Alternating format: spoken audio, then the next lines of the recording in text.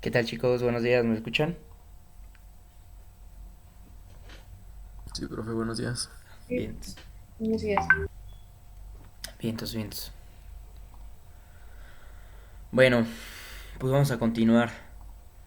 Ayer estábamos en este ejercicio y les dejé esta parte de la línea 54 que yo estaba calculando el promedio sumándolo uno por uno, pero se ve feo esto, ¿no? Porque imaginemos que tenemos pues más calificaciones, ¿no? Imaginemos que tenemos 10 calificaciones. Pues qué hueva poner todas las 10, ¿no? Entonces les dije, si pueden hacerlo en un for, háganlo en un for. Entonces es lo que voy a hacer aquí, que prácticamente es un for.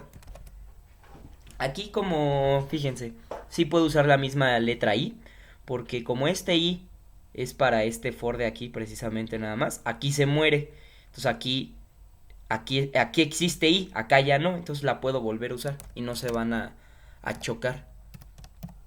Entonces el mismo for que tengo arriba, así, o sea, con ese mismo for que, si se dan cuenta, es para ingresar las calificaciones, voy a ingresar ese mismo for para ir sumando. O es más, hasta tal vez a alguien se le ocurrió en este mismo for de aquí, en este mismo, al momento que van ingresando, irlas sumando. También es completamente válido. Puedo hacerlo en uno solo o en otro. Ahora sí que como quieran. Yo lo voy a hacer en uno separado para que se vea, ¿no? Este, la diferencia, que una es para lectura y otra es para hacer la suma de las calificaciones. Para esa suma necesito un acarreo, ¿no? Una variable en la que voy a ir guardando los valores. Entonces le voy a decir suma, que es igual a cero. Entonces le voy a decir que suma es igual, pues obviamente vamos a ir jalando la calificación en cada posición, o sea, mis alumnos, mis guión bajo alumnos en la posición i, porque aquí es i, ¿no? Y, no es cierto, perdón. Aquí es mis alumnos j, aquí como lo tenemos aquí arriba, porque el J, ¿quién es? El J es el que te itera entre los alumnos. Y el I es el que me va a iterar entre las calificaciones. Acuérdate que cada que nosotros usamos un iterador, una letra I o la letra J, es para irte moviendo en un arreglo, ¿sí? Moviéndote en una serie de cajitas. Entonces, la J me sirve para moverme en las cajitas de los alumnos, así varios alumnos. Y la I me sirve para moverme en la cajita de las calificaciones. Entonces aquí sería mis alumnos en la posición J y luego punto calificaciones en la posición I. Entonces aquí ya tengo la calificación uno de ese alumno, y luego la calificación 2 de ese mismo alumno, y luego la calificación 3 de ese mismo alumno, y así sucesivamente. Y a esto, acuérdense que el acarreo siempre es la variable original sumada con lo que pues, quiere sumar y asignada a la original, o sea, es una sustitución del valor. Esto pues lo habíamos usado en ejercicios anteriores, como por ejemplo cuando un programa que hicimos hace mucho tiempo que fue del uso del while, que les decía, no, pues el programa consiste en meter datos hasta que el usuario meta un número negativo, ¿no? Hasta que el usuario meta un número negativo. Entonces, cuando el usuario mete un número negativo, ya valió y tenía que hacer la suma de todos esos valores previamente ingresados. Para eso es el acarreo. Entonces es lo mismo aquí. Yo declaro una variable suma, esta es mi acarreo, y suma más la calificación se guarda otra vez en suma. Y así sucesivamente con cada calificación. ¿Cuántas calificaciones? Pues en este caso van a ser 4. Y ya me ahorro toda esta chamba de aquí. Todo esto. Todo esto. Lo voy a borrar. Entonces se supone que en suma ya debe de estar En suma ya debe de estar la suma de todas las calificaciones. Y una vez que ya tengo la suma, ahora sí lo divido entre 4 y ya mi código se ve mejor, ¿no? Porque imagínate que esto hubiera sido 10. Puta madre, no manches, una línea súper gigante, ¿no? O sea, no, pues eso no se ve bien. Entonces, si aquí hubieran sido 10 calificaciones, lo único que haces es este 4 cambiarlo por un 10 y este 4 cambiarlo por un 10 y ya, acabaste. Y con el mismo for lo hace, ¿no? Esa es la ventaja de usar aquí el for de esta forma. Lo voy a ejecutar. Únicamente voy a crear un alumno y vamos a ver si sí está calculando correctamente el promedio. Nada más un alumno.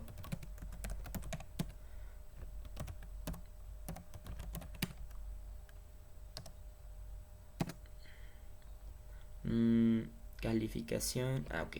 Vamos a poner un 5, un 9, un 9 y un 10. A ver. 10 más 9 más 9 más 5 entre 4 da 8.25. Solo que aquí me da 8. ¿Alguien tiene idea de por qué puede estar pasando esto? El promedio correcto debe ser 8.25. Y miren, me da 8. Porque ¿Alguien? declaramos suma como entero, ¿no? Esa es una, esa es una. A ver, vamos a declararlo como float. Puede ser. Vamos a Igual hacerlo. el for, ¿no? Igual. Ah, no, el for jamás es float. El, el for, su variable con la que itera, siempre, siempre, no importa qué vayas a iterar, siempre es entero. ¿Sí? Porque como es el que te va ayudando a moverte de cajita en cajita, no hay posición flotante de las cajitas. Por ejemplo, siempre las posiciones son 0, 1, 2, 3. Nunca va a haber un punto decimal ahí. O sea, por eso ahí siempre es int. ¿Sale? Va, traes. Sale, pero sí, puede ser eso. A ver, vamos a checarlo. Suma lo pongo como flotante. Vamos a ver. Entonces un alumno. 23. Brando.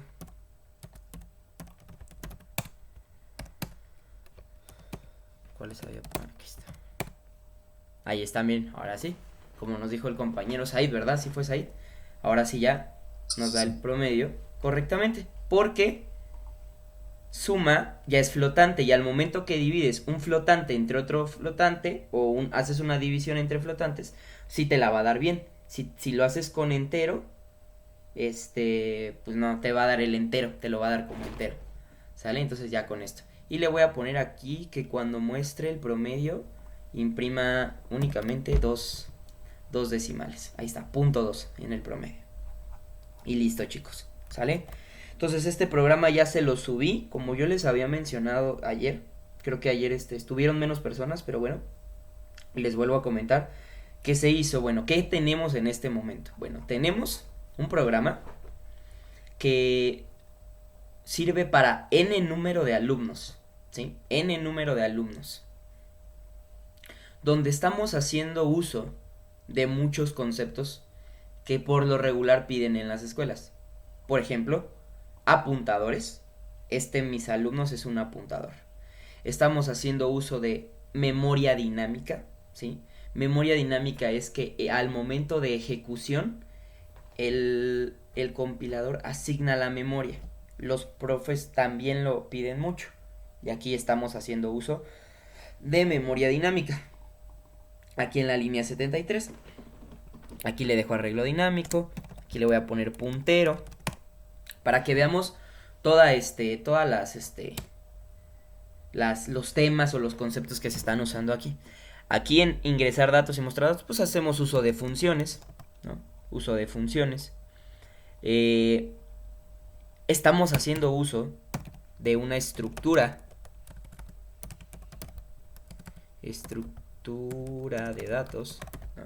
Es una estructura de datos. Estamos haciendo uso de arreglos, funciones, fors, ¿no? Bucles, o sea, estamos usando ahora sí que un chingo de temas.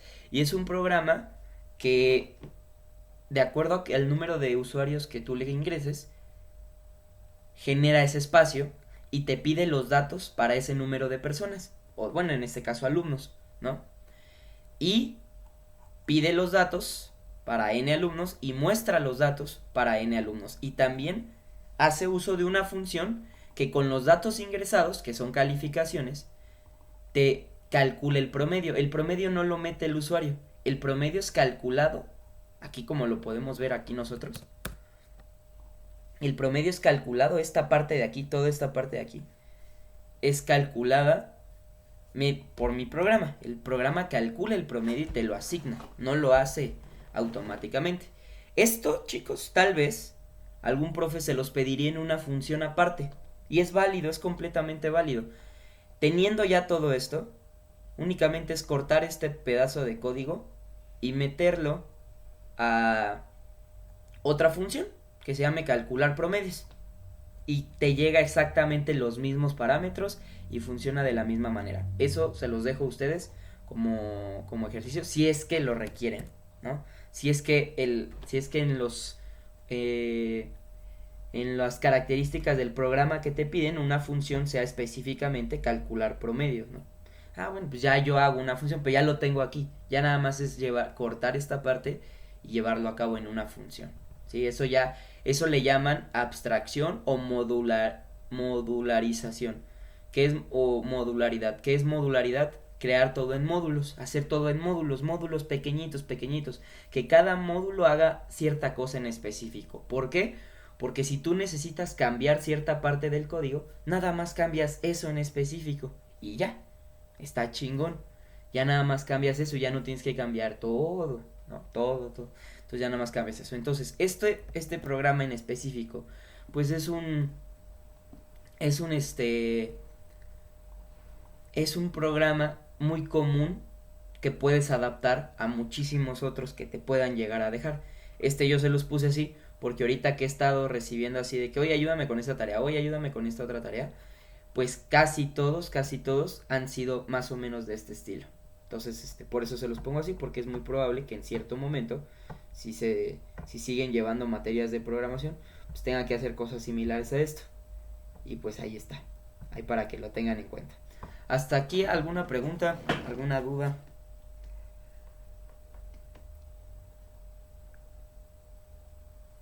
No, profe. ¿No? No, Ok. Vale. Bueno. Ahora nada más déjenme ver en el temario que faltaba. Ahí está.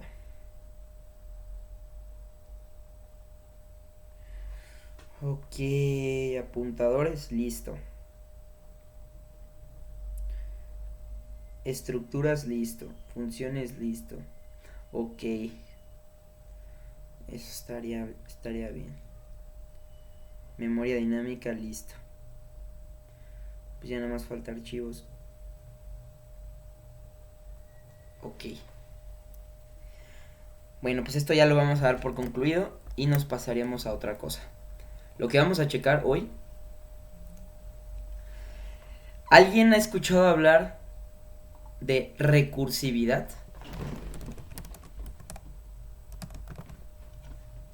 no, profe. ¿No? ¿Nadie? Yo tampoco, profe. ¿No? Bueno, No, yo tampoco. ahí les va.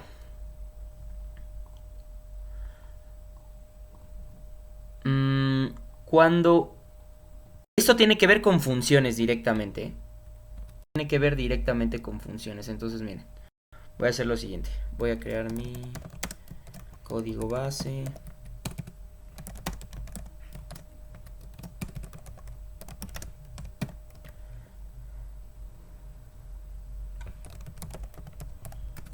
Recursividad.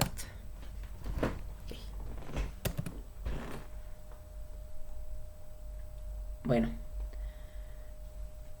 Una función recursiva es cuando tú tienes una función que se llama a sí misma, ¿sí? La neta les voy a ser muy honesto con esto. Es un poco complicado de entender. De hecho, a mí cuando me lo explicaron en la escuela no lo entendí. Lo tuve que investigar por mi cuenta, ¿sí?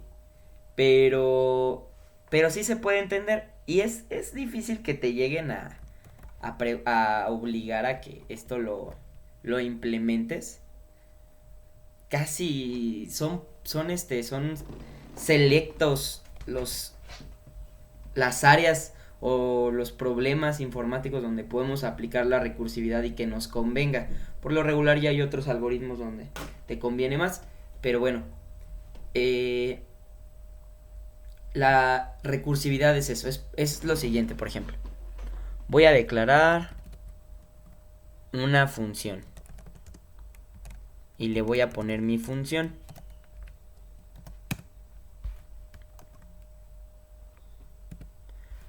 Y esta función solamente imprime un asterisco. ¿Sí?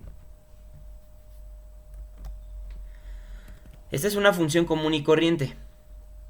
Pero esta función se convertiría en recursiva si dentro de la misma función yo activo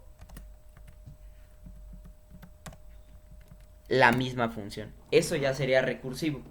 Tal vez eso carezca de sentido, pero es la idea de recursión.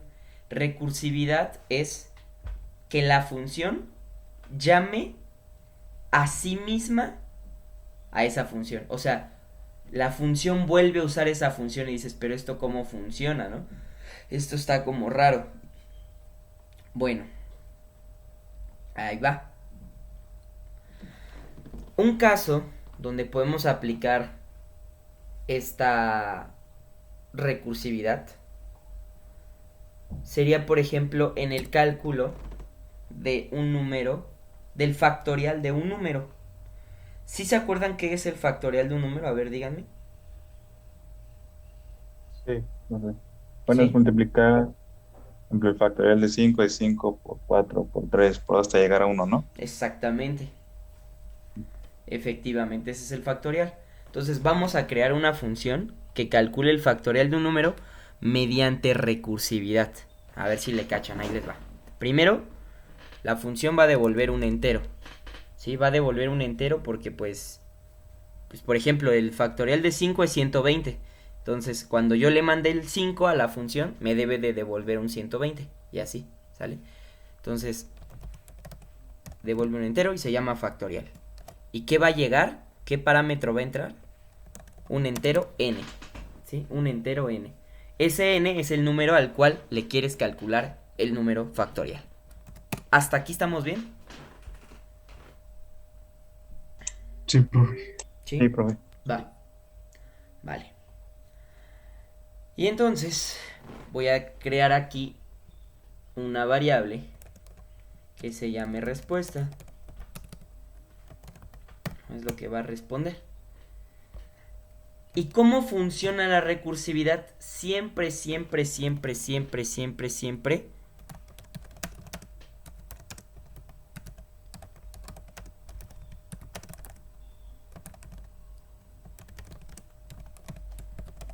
Siempre debe existir una condición de paro.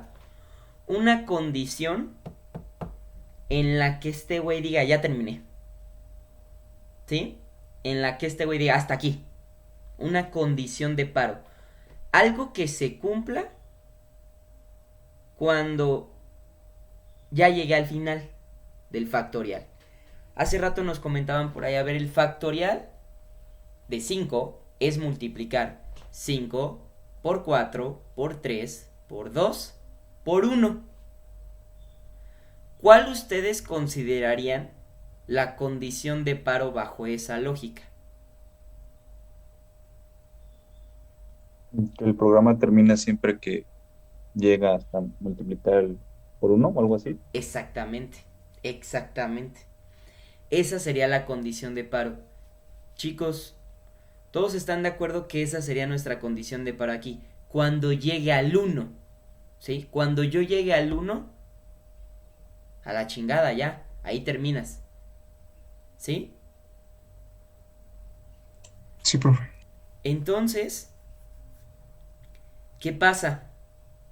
¿Qué voy a hacer yo? Lo siguiente. Yo lo voy a razonar de la siguiente forma. El factorial de un número es tomar ese número que entra y multiplicarlo. Ah, miren. Esto se va a ver mamalón. A ver si le cachamos un poquito más así. Hay propiedades en los factoriales. Por ejemplo, 5 factorial. Sabemos que es 120. ¿Por qué? Porque es 5 por 4 por 3 por 2 por 1. Creo que en eso estamos Todos de acuerdo, ¿sí? Pero están de acuerdo también que 5 factorial también puede ser igual a 5 multiplicado por 4 factorial. ¿Entienden esta matemática? 5 factorial es 5 por 4 por 3 por 2 por 1. Pero 5 factorial también se puede ver como 5 multiplicado por 4 factorial. Porque ¿quién es 4 factorial? Pues 4 factorial es todo lo que está a la derecha de esto. ¿Estamos de acuerdo con eso? Sí, profe. ¿Sí? Sí. Siguiendo esa misma idea, 5 factorial también puede verse como ¿quién? Como 5 por 4 ¿por quién? Por 3 factorial. Por 3. Y así me puedo seguir, ¿no? Así me puedo seguir. Esto es un candidato perfecto para aplicar recursión. Entonces, fíjense lo que voy a hacer. Va a llegar un punto. 5 factorial es igual a 5 por 4 por 3 por 2 factorial. Y a su vez 5 factorial es igual, ya llegué hasta el final, 5 por 4 por 3 por 2 por 1 factorial. Tú no sabes quién es 5 factorial, tú no sabes quién es 4 factorial, ni 3 factorial, ni 2 factorial. Pero tú sí sabes cuánto es 1 factorial. Este es el caso base. El caso base, el caso donde se detiene, ¿sí? Caso base. Este 1 factorial, yo le voy a determinar efectivamente que es 1. 1 factorial es 1, ¿están de acuerdo? ¿No? Entonces, lo que vamos a hacer es esto.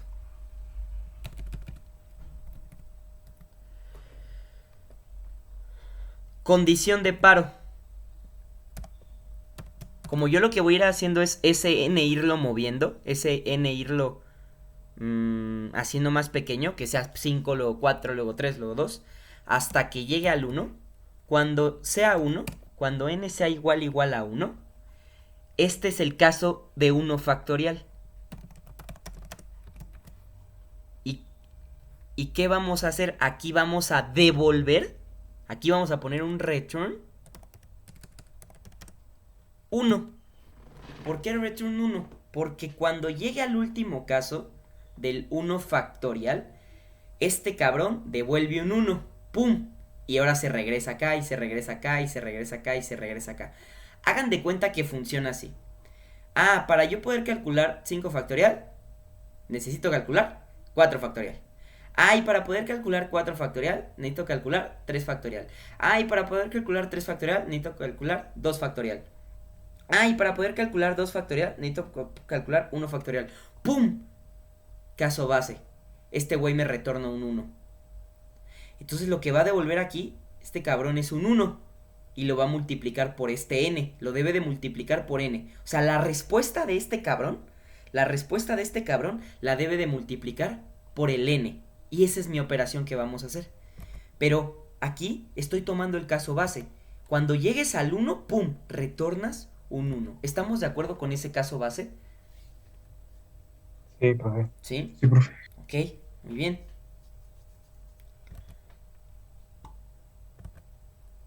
Y ahora sí la condición.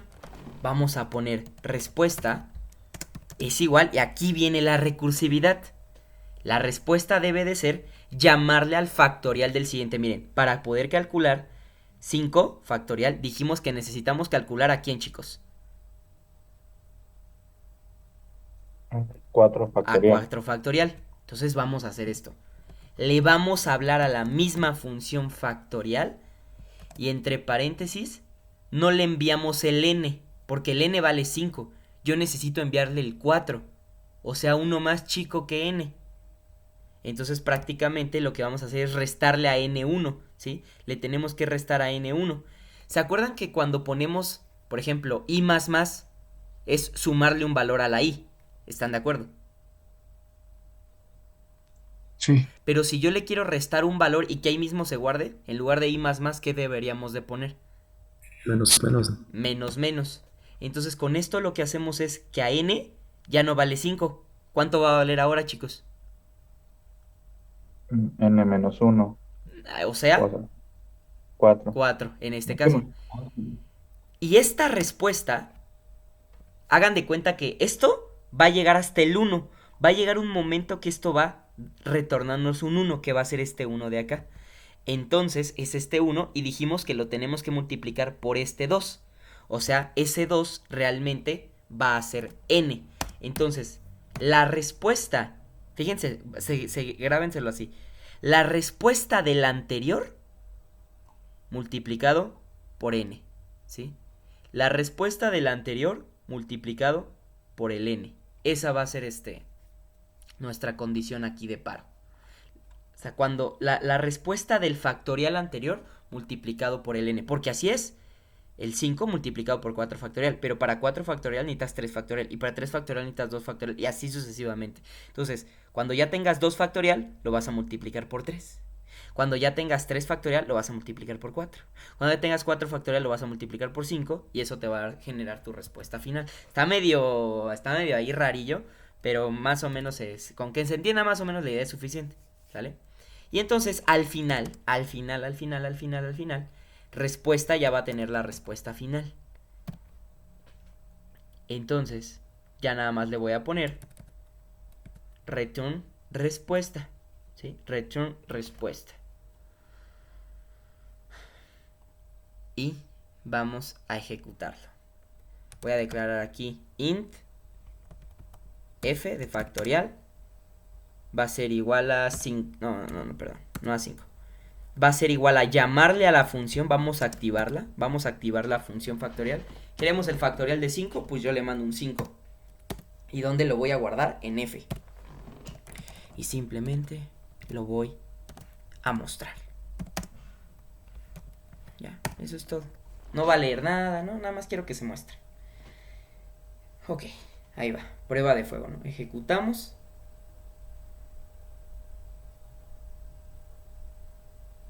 Ay, cabrón. Se murió mi programa. A ver, déjenme ver que me salió mal.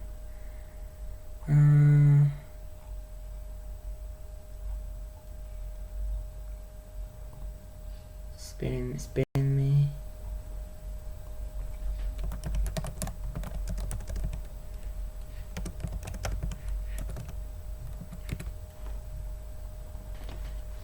Ah, cabrón. Si alguien detecta algo, igual me dice, ¿eh?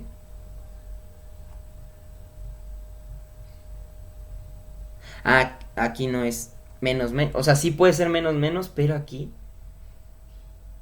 A ver, -1.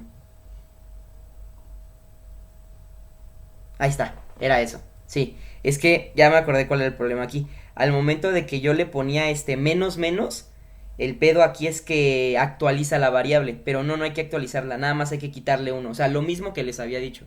La misma idea, pero en lugar de menos, no usen menos, usen -1, así tal cual, -1. Le quito 1 yo así directo, no el menos. Porque ahí sí hace otras cosas. Entonces ya con eso, mire. Ahora sí efectivamente ya me devuelve el 120, ¿no? Entonces, a ver, vamos a probar con otro número más grande. Por ejemplo, 8 factorial. 8. 8. ¿Dónde madre está el factorial? Aquí está. No mames, factorial de 8 es 40.320. Según esta madre. Entonces aquí le voy a mandar un 8. Ah, sí, 40.320. ¿Y listo? Eso es todo.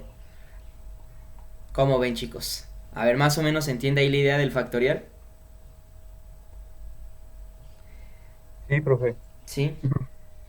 Ok. Entonces, pues prácticamente así es como se implementa una función recursiva. Lo más pesado es el caso base, cómo saber dónde se detiene y saber cómo debo de hablarle o cuál es la operación que debo de ejecutar. Y recuérdenlo siempre, recursividad es que la función se habla a la misma función. Esto es como, ¿han visto las muñecas rusas? Las matrioshkas creo que le llaman, que sacas una y adentro hay otra y sacas otra y adentro hay otra, sacas otra y así es. Y llega un punto en que llegas al final, a la última, y ya después las vuelves a reconstruir. Pues algo similar es esto de la recursividad. ¿Alguien tiene alguna otro ejemplo de cualquier otra cosa matemática o lo que sea donde se pueda aplicar recursividad? A ver, ¿a quién se le ocurre algo? No es una idea, nada más, es una idea.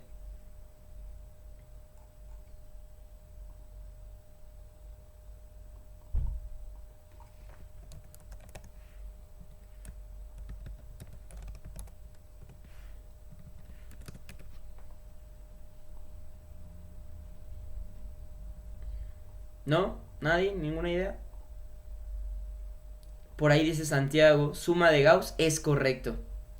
Efectivamente, suma de Gauss es un ejemplo donde podemos aplicar la recursividad. Porque, a ver, para los que no se acuerden qué es suma de Gauss. Por ejemplo, suma de Gauss es sumar del 1 hasta el n, ¿no? Por ejemplo, suma de Gauss es así. Si yo quiero suma de Gauss de 5, es sumar 5 más 4 más 3 más 2 más 1. Chicos, de hecho, la misma de factorial nada más hay que modificarla. Prácticamente. A ver, si yo quisiera hacer suma de Gauss, tomando en cuenta que suma de Gauss es, si te piden la suma de Gauss de 5, hasta 5 es sumar del 1 al 5. 5 más 4 más 3 más 2. ¿Qué modificarían de aquí del código? A ver, díganme, para que se hiciera suma de Gauss. La multiplicación, ¿no? Ajá, ¿qué pondrían? Mm, Un más. Exacto, y ya con eso la armaron. Es más, miren, pues la hacemos, ¿no? Int suma Gauss. Obviamente también me tiene que llegar un entero n, ¿no? Y lo mismo, int respuesta, el caso base, iguales hasta que llegue al 1, retornamos un 1, la respuesta sería igual a ¿quién?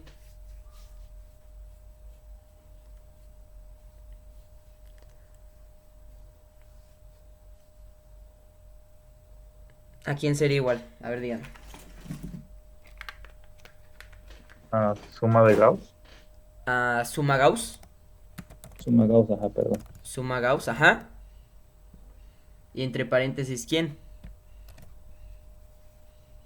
N más 1. N más 1. N menos 1. Debe seguir siendo n menos 1 aquí. Aquí, ¿por qué? Porque como vamos a empezar, por ejemplo, igual empezamos en el 5, al 5 le va a sumar el 4 y luego el 3, o sea, vamos hacia abajo, entonces es ir quitando 1. Efectivamente es ir quitando 1. Aquí donde cambia es aquí. En lugar de por, ¿qué sería ahora sí? Más, porque no voy a multiplicar, yo necesito sumarle y sumamos n. De igual forma, sumamos n porque para sacar la suma hasta el 5, primero hay que sacar la suma hasta el 4. Para sacar la suma hasta el 3, primero hay que sacar la suma de 2 y así sucesivamente. ¿Sí? Vamos a ver si así funciona. Si no lo modificamos, no pasa nada. Ay, bueno, no lo he activado, qué pendejo. Y ni he puesto el return. Return.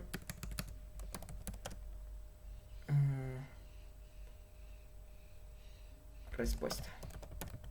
Antes de... se va a acabar la sesión. La tumbo y se vuelven a meter, porfa.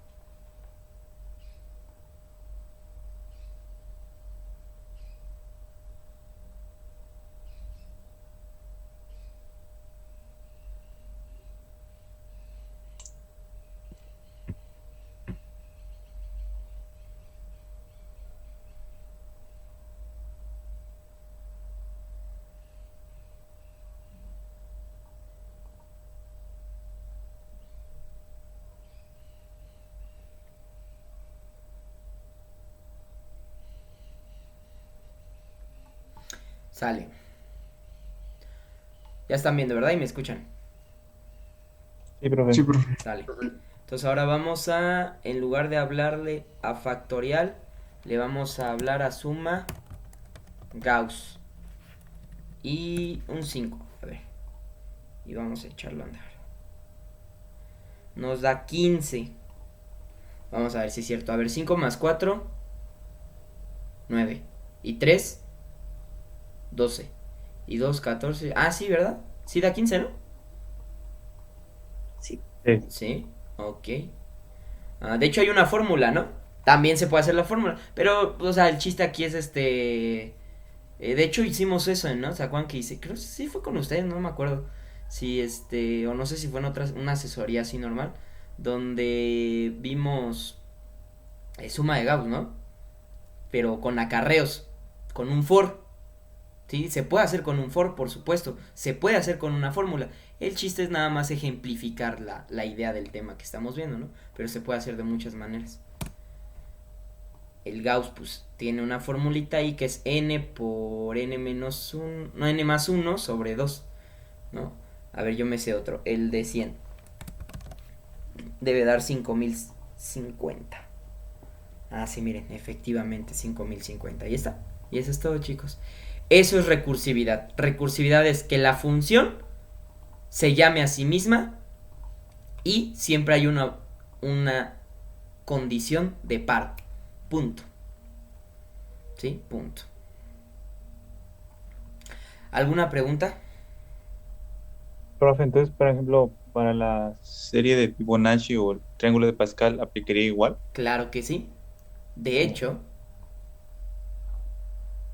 les comparto esto, miren.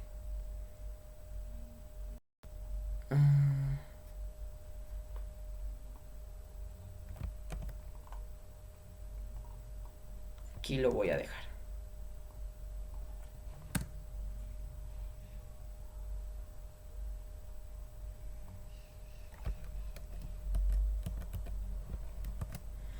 Este es Fibonacci, ¿sí?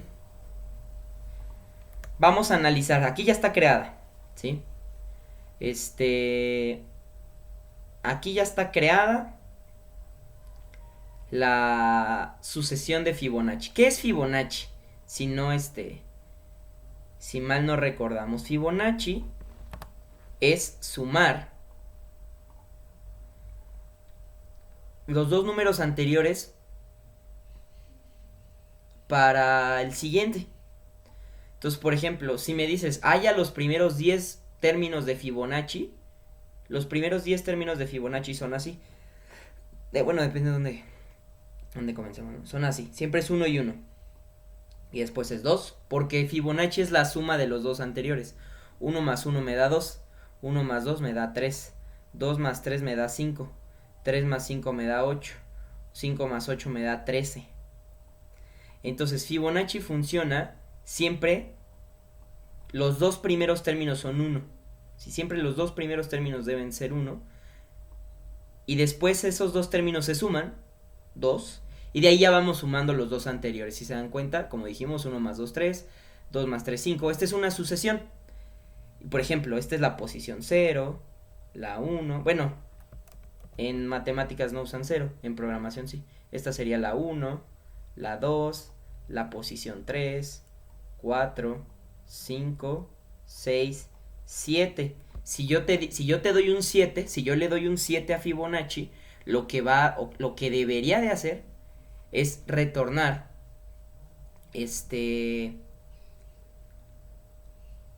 hasta el 13, 13, ¿no? hasta el 13, porque quiero los primeros 7 términos de una sucesión de Fibonacci, ¿no? Si yo digo 8, ¿qué me debe de entregar? Me debe entregar un 8 más 13 y eso es 21, ¿no? Así debería de funcionar. Entonces, vamos a analizar un poquito aquí de esta que ya está programada. Entonces, Fibonacci simple, ¿no? Le llaman a esta madre. Llega un n y dice, si n es mayor que 2, si n es mayor que 2, se retorna otra vez Fibonacci simple menos 1 más Fibonacci simple menos 2. ¿Qué quiere decir esto?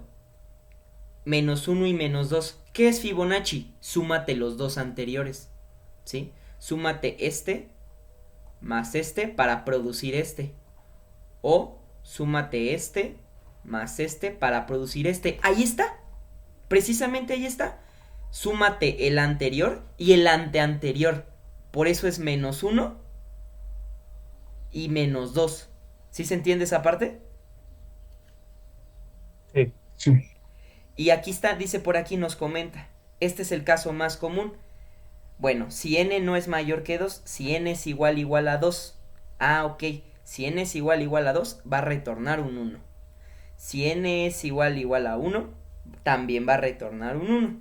Y si este güey llega hasta el 0, si n es igual a 0, pues retorna un 0, porque pues no tiene caso, ¿no? El 0. Y ya cualquier otra cosa es un error, pero el error ahí nada más lo pone pues para que su código se vea bonito, ¿no? Y bueno, así está bien, porque la fórmula de Fibonacci es así. Sácate la Fibonacci de los dos anteriores. ¿Sí? Fibonacci de los dos anteriores. Y aquí están sus casos base o sus casos de stop. Normalmente a mí siempre me enseñaron a poner primero el caso stop, pero pues no importa, es exactamente lo mismo. Acá pone los casos stop, que es cuando ya llega a los últimos números, ¿no? A la posición 0, a la posición 1 y a la posición 2. Porque de hecho, si nosotros nos vamos a posiciones, efectivamente la posición 1, chicos, miren, la posición 1, ¿qué debe de arrojar? Uno. Un 1. Y la posición 2, también, ¿qué debe de arrojar? No. Un 1. Y aquí están sus casos bases, miren, posición 2, posición 1, ambas arrojan un 1. ¿Ya vieron? Sí. Entonces, Sí. por ejemplo, si yo le digo Fibonacci de 3, ¿no? Fibonacci de 3. Ah, ok, este güey va a llegar y va a decir N3, ¿no? Ah, N es mayor que 3, sí, entonces te va a pedir el Fibonacci del anterior y del anteanterior y te los va a devolver, aquí están. Te va a devolver un 1, entonces aquí se va a hacer la suma de 1 más 1 y eso es lo que va a devolver. Y 1 más 1 da 2, se chingó. ¿Sale? Bueno, en teoría, ¿no? Eso es lo que... A ver, Fibonacci de 3. Vamos a usar esta función. Vamos a ver qué nos arroja, ¿no? Nos arroja un 2 efectivamente, ¿no? Porque es la tercera posición, ¿están de acuerdo? Sí, profe. La tercera posición nos arroja un 2. Ahora vamos a hacer si funciona con de la lógica que estamos mencionando. Vamos a mandarle un 4.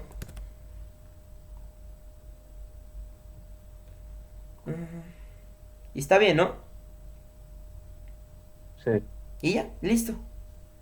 Y así nos podemos ir hasta el número que pues, nosotros querramos, ¿no? ¿Estamos de acuerdo con eso? Sí. Sí, ¿Sí? profe. Y bueno, pues así funciona. Pues ahí les dejo de ejemplo estos tres. Nosotros no lo vamos a implementar. Yo lo veo innecesario muchas veces. Es nada más farolear. Yo recuerdo que solamente hay ciertos casos donde sí conviene mucho la recursividad, pero son para algoritmos medio raros.